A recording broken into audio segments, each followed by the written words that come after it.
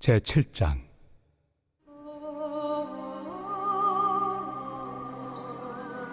형제들아, 내가 법 아는 자들에게 말하노니 너희는 그 법이 사람이 살 동안만 그를 주관하는 줄 알지 못하느냐.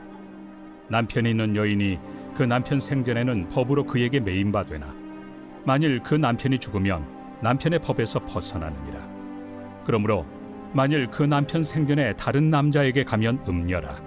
그러나 만일 남편이 죽으면 그 법에서 자유롭게 되나니 다른 남자에게 갈지라도 음녀가 되지 아니하느니라.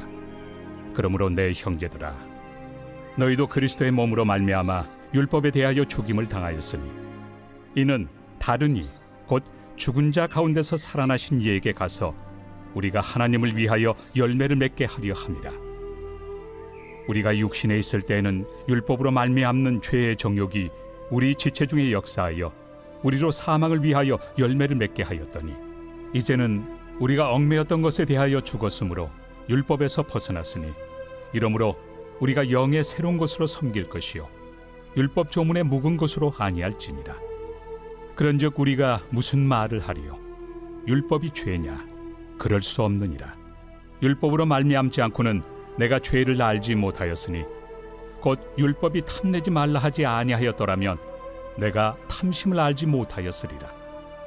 그러나 죄가 기회를 타서 계명으로 말미암아 내 속에서 온갖 탐심을 이루었나니 이는 율법이 없으면 죄가 죽은 것입니다. 전에 율법을 깨닫지 못했을 때에는 내가 살았더니 계명이 이름에 죄는 살아나고 나는 죽었도다. 생명에 이르게 할 그 계명이 내게 대하여 도리어 사망에 이르게 하는 것이 되었도다. 죄가 기회를 타서 계명으로 말미암아 나를 속이고 그것으로 나를 죽였는지라. 이로 보건대 율법은 거룩하고 계명도 거룩하고 의로우며 선하도다. 그런즉 선한 것이 내게 사망이 되었느냐? 그럴 수 없느니라. 오직 죄가 죄로 드러나기 위하여 선한 그것으로 말미암아 나를 죽게 만들었으니 이는 계명으로 말미암아 죄로 심히 죄되게 하려 함이라. 할렐루야. 네, 우리 이른 새벽 우리 주님 전에 오신 믿음의 성도님들을 환영하고 축복합니다. 오늘 사도 바울은 이 로마서 7장의 말씀에서 율법과 은혜의 관계를 설명을 하고 있습니다. 특히 우리 13절까지의 말씀을 보면 이 율법의 역할과 한계를 강조하고 있고요.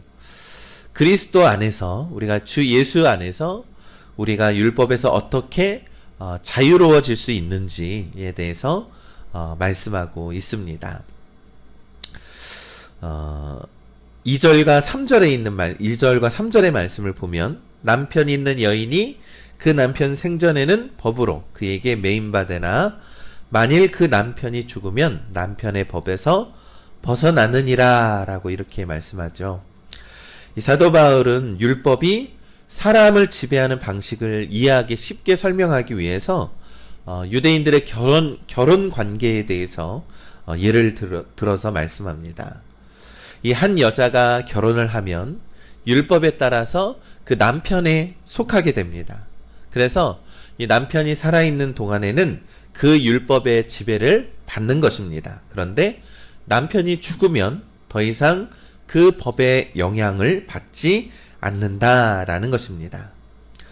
그러므로 남편이 살아있을 때 다른 남자와의 관계를 갖면 간음죄가 되는 것이고, 그러나 남편이 죽은 후에 이 새로운 관계를 맺는 것은 문제가 되지 않는다라고 말씀하고 있는 것이죠. 이 율법이라는 이 남편이 죽기 전에는 율법에 매여 있기 때문에 떠날 수 없지만 그리스도 예수를 통해 율법에 대하여 죽었으므로 율법에 매일 필요가 없다. 죽은 율법을 삶의 원리로, 주 예수 그리스도의 삶의 원리로 삼아도 된다라고 하는 말씀입니다.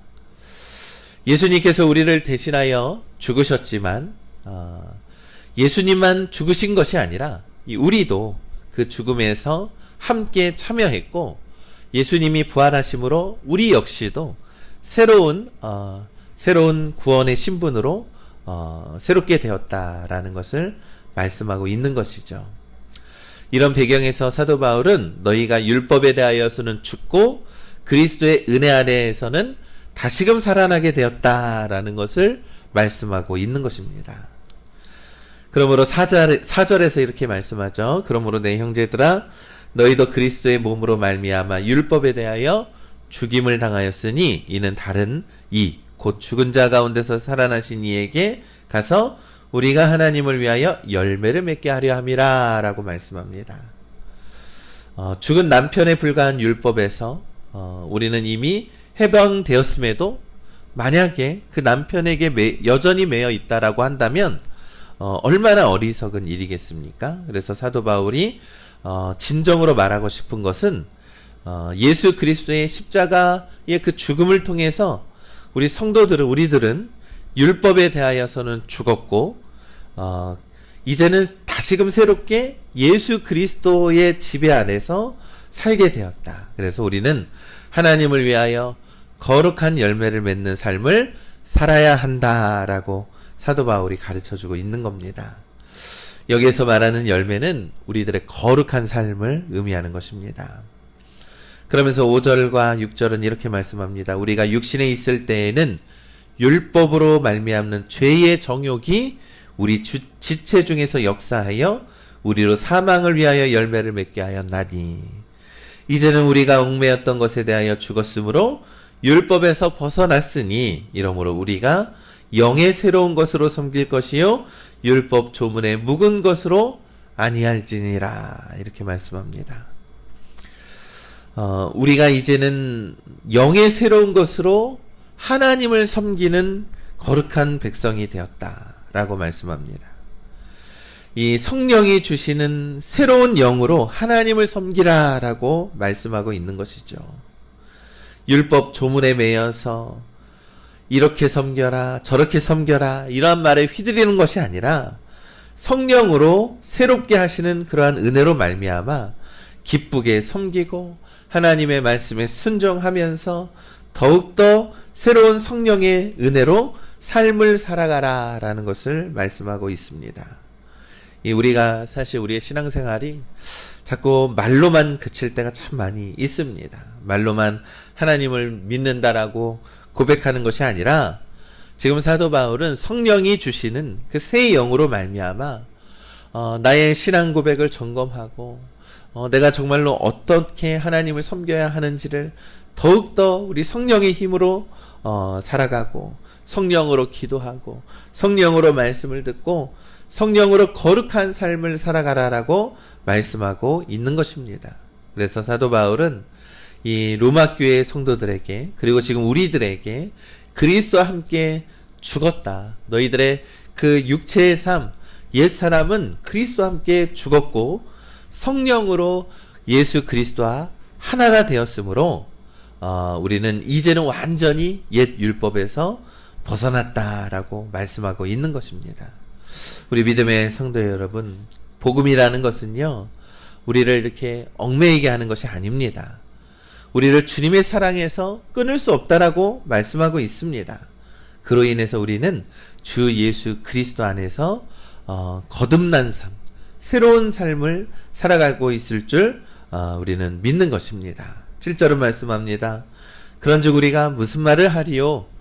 율법이 죄냐? 그럴 수 없느니라. 율법으로 말미암지 않고는 내가 죄를 알지 못하였으니 곧 율법이 탐내지 말라 하지 아니하였더라면 내가 탐심을 알지 못하였으리라. 이 사도 바울이 계속해서 말하고 있는 것은 이 율법은 우리에게 죄가 무엇인지를 깨닫게 하는 거라고 합니다. 그래서 사도 바울은 이 로마서 3장에서도 말하고 4장에서도 5장에서도 6장에서도 율법으로 말미암아 죄의 정욕이 드러난다라고 하는 그런 말씀이 하고 있는 것입니다. 율법은 우리가 온전히 하나님을 섬기도록 도움을 주는 그러한 대상이 아닙니다. 오직 죄를 드러나게 하는 역할, 죄를 깨닫게 하는 그러한 역할을 한다는 것이지요. 그러면서 8절은 말씀합니다. 그러나 죄가 기회를 타서 계명으로 말미암아 내 속에서 온갖 탐심을 이루었나니 이는 율법이 없으면 죄가 죽은 것임이라.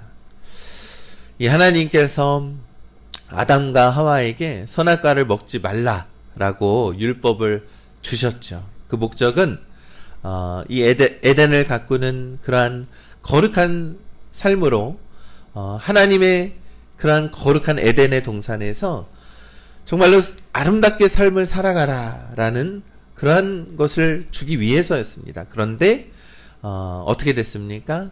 이 뱀, 이 사탄이 여기에서는 죄를 의미하는 것이죠. 죄가 들어와서 결국 그들을 아담을 유혹했고 그들 안에 탐심을 불러일으켰고 결국 아담과 하와는 이 뱀의 유혹에 넘어가서 하나님의 말씀을 저버렸고 생명의 삶에서 이 죽음의 삶을 택하게 되었다라는 것이죠. 여러분, 인간의 타락한 본성은요, 이 율법을 통해서 오히려 죄가 자꾸 부추겨집니다. 왜? 하지 말라라고 하는 것을요, 자꾸 하게 되는 우리 인간의 습성이 바로 이와 같다라는 것입니다.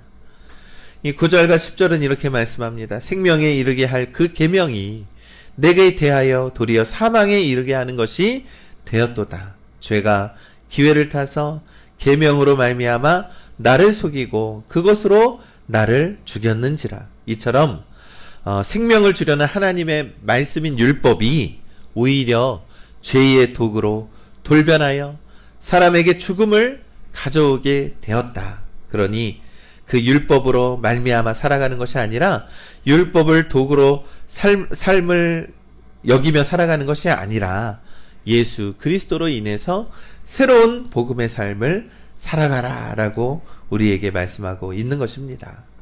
마지막으로 12절과 13절을 말씀합니다. 이로 보건대 율법은 거룩하고 계명도 거룩하고 의로우며 선하도다. 그런즉 선한 것이 내게 사망이 되었느냐? 그럴 수 없느니라. 오직 죄가 죄로 드러나기 위하여 선한 그것으로 말미암아 나를 죽게 만들었으니 이는 계명으로 말미암아 죄로 심히 죄되게 하려 함이라. 아멘. 하나님께서는 이러한 과정을 통해서 우리로 하여금 죄를 깨닫게 하고 예수 그리스도의 은혜를 의지하게 하였다라는 것입니다. 율법이 죄를 드러나게 하는 목적은 결국 예수 그리스도께 인도하기 위함입니다. 우리가 율법에 얽매여서 자꾸 율법주의적인 어떤 신앙생활에서 갇혀서 살아가는 것이 아니라 진정으로 예수 그리스도를 만나서 성령의 은혜로 거듭난 삶을 살아야 한다라는 것을 계속해서 강조하고 있는 것입니다. 우리의 겉으로 보이는 그러한 믿음의 생활이, 경건의 생활이 중요한 것이 아니라 진정으로 예수 그리스도 안에서 성령으로 거듭난 삶을 살아야 한다라는 것을 사도 바울은 가르쳐주고 있는 것입니다. 우리 사랑하는 우리 믿음의 성도 여러분, 우리는 성령으로 새롭게 하시는 그 은혜를 힘입어서 삶을 살아가시기를 간절히 소망합니다. 우리가 율법에 얽매인다라고 하는 삶은요, 우리의 겉으로 드러나는 그러한 경건의 모습으로 살아가는 우리의 신앙생활을 의미하는 것입니다. 그런 것을 아니라 우리가 진정으로 거듭나야 하는 것이 무엇인지 우리를 깊이 돌아보시고, 또한 우리가 성령으로 의지하며 살고 있는지, 또한 주 예수 그리스도 안에서 새로운 거듭난 삶을 살아가고 있는지에 대해서 묵상하는 우리 믿음의 성도님들 되시기를 간절히 소망합니다. 여러분, 성령의 능력으로 살아가십시오. 우리가 성령의 능력으로 살아가면 우리에게 직면하는 그 어려운 문제도 우리가 잘 이겨낼 수 있을 줄 믿습니다.